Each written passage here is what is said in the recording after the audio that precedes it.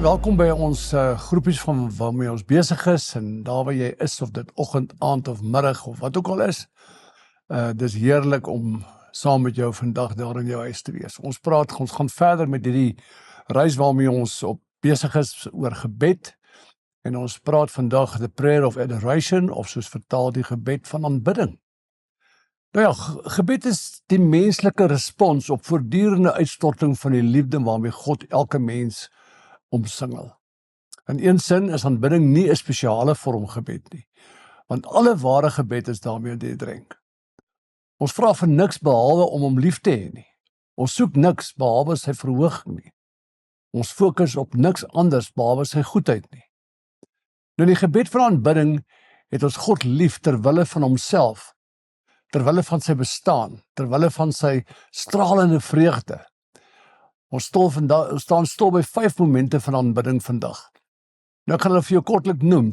Die eerste een is die avontuur in aanbidding. Nommer 2, die 2 kante van aanbidding.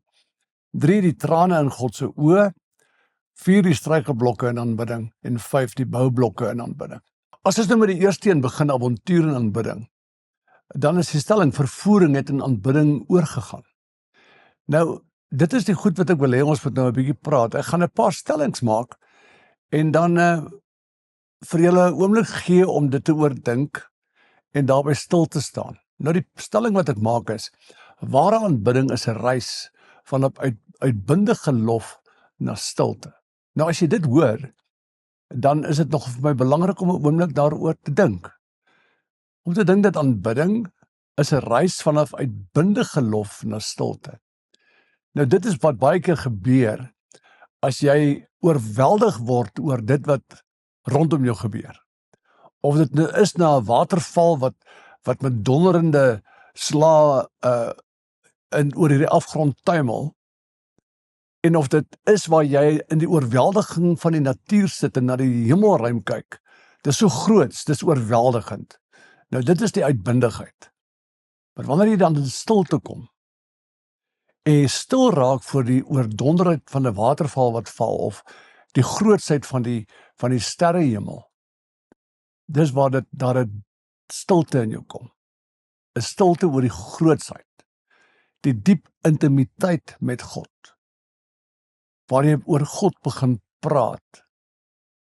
En in jou stilte wat jy met God praat, is dit later 'n blote asemhaling wat net sy bewustheid in jou kom neersit. Nou dis amper iets waaroor jy liries raak. Praat met mekaar daaroor. Dat ware aanbidding is 'n reis vanaf uitbundige lof na stilte. 'n Diep intimiteit met God, van 'n praat oor God tot 'n blote asemhaling van sy naam in jou binneste.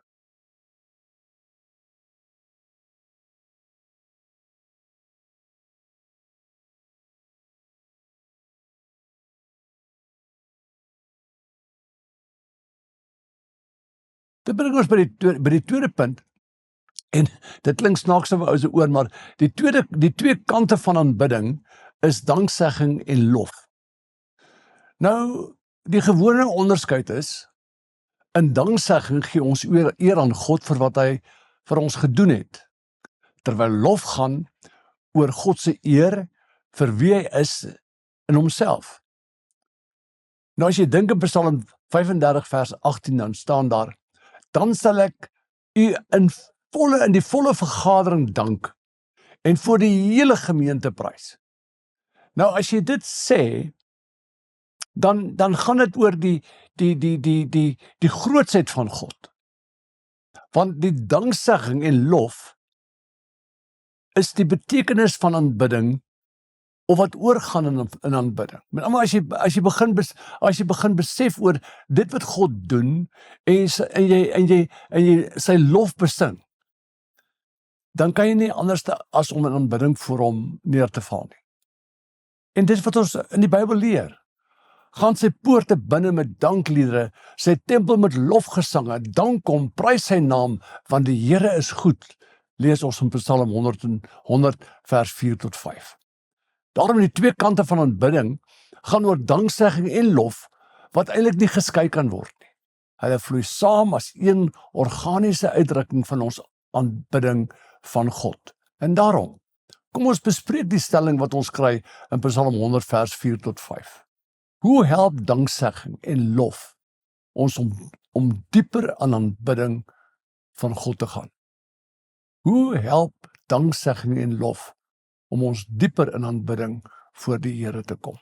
Praat 'n bietjie met mekaar daaroor of hierdie vers jou help, en hierdie gedagte van aanbidding en lof is boetie en sussie. Ons kan hulle van mekaar skei, maar op die ou end is hulle eenheid. En daardie eenheid is belangrik in dit wat ons in die boek lees.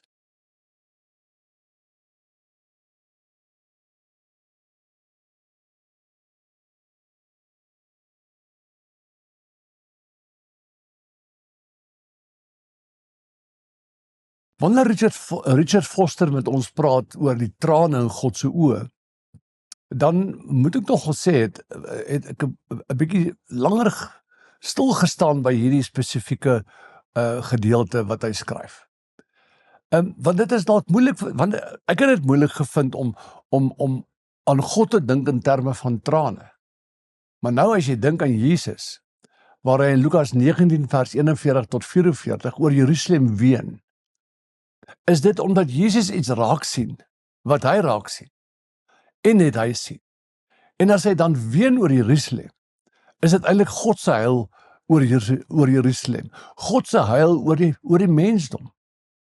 As jy dink aan Johannes 11 vers 13, waar Jesus ween oor Lazarus, hierdie goeie vriend van hom, dan sê jy die emosie van Jesus raak. En baie keer vind ek en jy dit nogal moeilik om aan God te dink in terme van emosie. Dat God oor jou kan huil, dat hy oor jou kan bly wees. Nou Johannes 11 vers 13, dan sien ons Jesus huil oor Lazarus. En ek dink, so kan God oor jou huil, in terme van wat jy doen. Of jubel oor jou, oor iets wat jy doen. Ons vergeet baie keer, dat as jy dink in terme van God, dan dink jy aan 'n ver af wese, terwyl hy hier by jou is, elke dag saam met jou is. En daarom, hierdie emosies wat ons beleef, wil ek baie keer sê, is emosies wat ons aan God kan toeskryf. As ons dink aan Jesus en die 10 melaatses, wat die 10 melaatse mense manne genees, dan roep hulle hom op 'n afstand. Genees ons tog, ontferm u tog oor ons. Lukas 17 vers 12 tot 19 lees ons dit. En hoe dat Jesus hulle genees, en sê, gaan wys julle aan die priester. So op daardie oomblik nog nie genees nie. En op pad tempel toe ontdek hulle die genesingswonder. En hierdie verhaal gaan oor een wat terugkom, om dankie te sê. Nou die blydskap in Jesus se hart, oor een wat dankie sê, maar die teleurstelling, die emosie, die ontsettende besef, dat daar 9 is wat dit maar net as vanselfsprekend aanvaar. As jy dink aan die vrou wat Jesus se voete was in Lukas 7, vers 36 tot 50, dan is sy so intens bewus van wie sy is, dat die olie waarmee sy Jesus se voete was, gemeng word met haar trane. Nou as ons dan praat van die trane in God se oë, dan is dit die beeld wat ek wil hê wat jy moet verstaan. En daarom, kom ons bespreek die volgende met mekaar. Watter emosie dink jy is daar by God wanneer jy liefde en goedheid aan ander betoon? Kom ek sê gou weer. Watter emosie dink jy is daar by God wanneer jy liefde en goedheid aan ander betoon? Veral hulle wat nood het. In ons tyd is daar baie sulke tonele. En daarom bespreek 'n bietjie hierdie vraag met mekaar.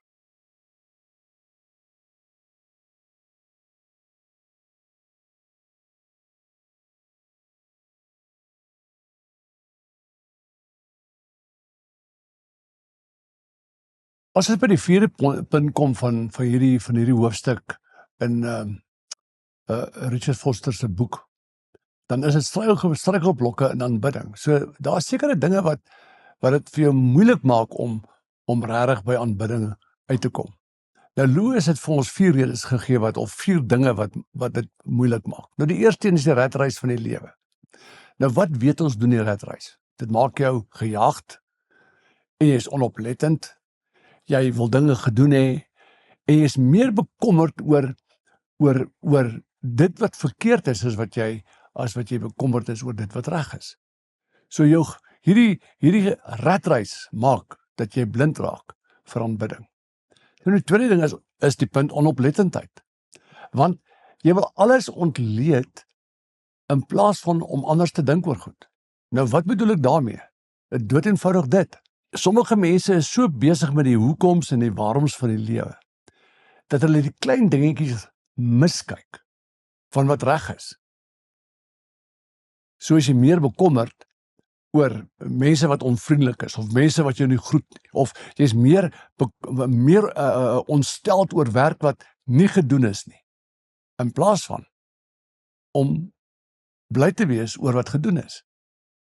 En daai onoplettendheid maak dat jy op die ou nie by aanbidding kan uitkom nie. Hierdie, ek wil amper sê, die perfeksionistiese manier waarop jy dinge wil hanteer, die wêreld wil hanteer, asof die wêreld sonder foute moet wees.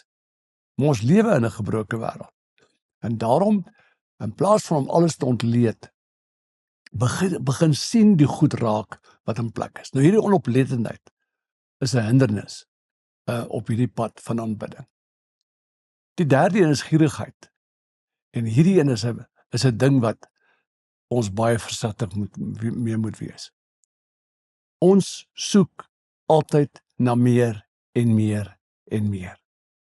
En weet wat vir my nogal opvallend is, wanneer jy begeer, kyk jy na wat jy nie het nie, in plaas van om tevrede te wees met dit wat jy het.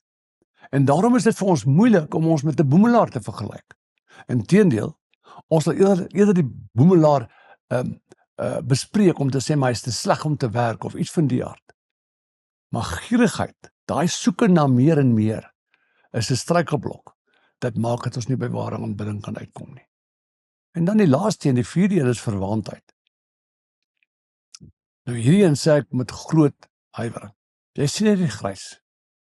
Jy sien nie meer die volle prentjie nie.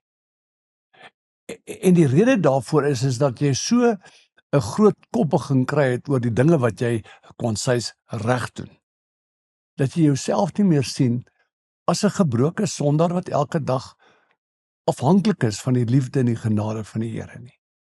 En daarom wil ek amper sê, dis asof jy met 'n chip op jou skouer rondloop. Jy's amper by die plek om te dink, maar jy weet, God behoort dan baie dankbaar te wees dat daar iemand soos jy is in die wêreld. En is daardie grys wêreld wat maak jy nie meer die volle prentjie raak sien nie. Jou verwaandheid kan jou baie maklik verhinder dat jy voor die Here verskyn soos wie jy is. En daarom praat 'n bietjie met mekaar. Wat rede vir hierdie 4 resoneer met jou? En watter impak het hierdie 4 punte wat ons nou na gekyk het op die mensdom rondom jou?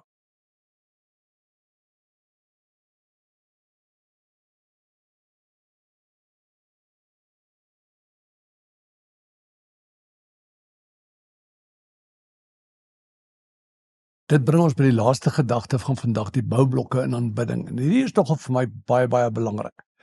Want daar sekere dinge, soms sukkel ons om by hierdie aanbidding uit te kom. Julle sal onthou toe ons begin het om te sê, dat jy aanvanklik so bewus is van die geraas van alles wat rondom jou is, dat jy nie die skoonheid van iets begin raak sien nie.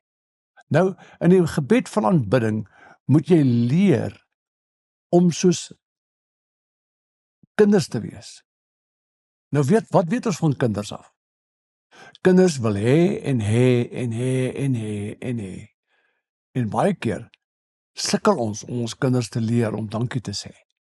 En staan jy soms verwonderd oor hierdie goed gemanierde kinders wat dankie sê vir alles, maar dit is amper iets wat ek op my een hand kan tel. So is ons kinders, wil ons hê. En baie keer is dit in ons verhouding met die Here ook so. Dat ons wil hê en hê in plaas van om dankie te kan sê vir dit wat ek het en dit wat hy reeds vir my gegee het. En daarom is die volgende stappe, dink ek, baie belangrik. Begin eenvoudig en raak bewus van wat rondom jou aangaan. Dink terug aan oomblikke waar jy God ervaar het. Dink aan oomblikke waar jy dankbaarheid kan beoefen. Hou op om te analiseer. Raak bewus van God se grootheid. En ek dink Psalm 34 vers 3 sê iets kosbaars vir ons. Maak die Here saam met my groot, dat ons sy naam tesame verhef. En eindig met uitbundige viering van wie God is. Soos Miriam in Eksodus 15. Wanneer God haar aanraak en haar gebed verhoor, dan jubel sy. Of soos Maria in Lukas 1 wat in verwondering voor die grootsheid staan van dit wat God vir haar meegedeel het. Of soos Paulus skryf in 1 Timoteus 1 vers 17. Gaan lees hierdie 3 stukke en bedink dit 'n oomblik. En dan bespreek julle, hoekom dink jy moet aanbidding geleer word? En waarom kom dit nie natuurlik nie?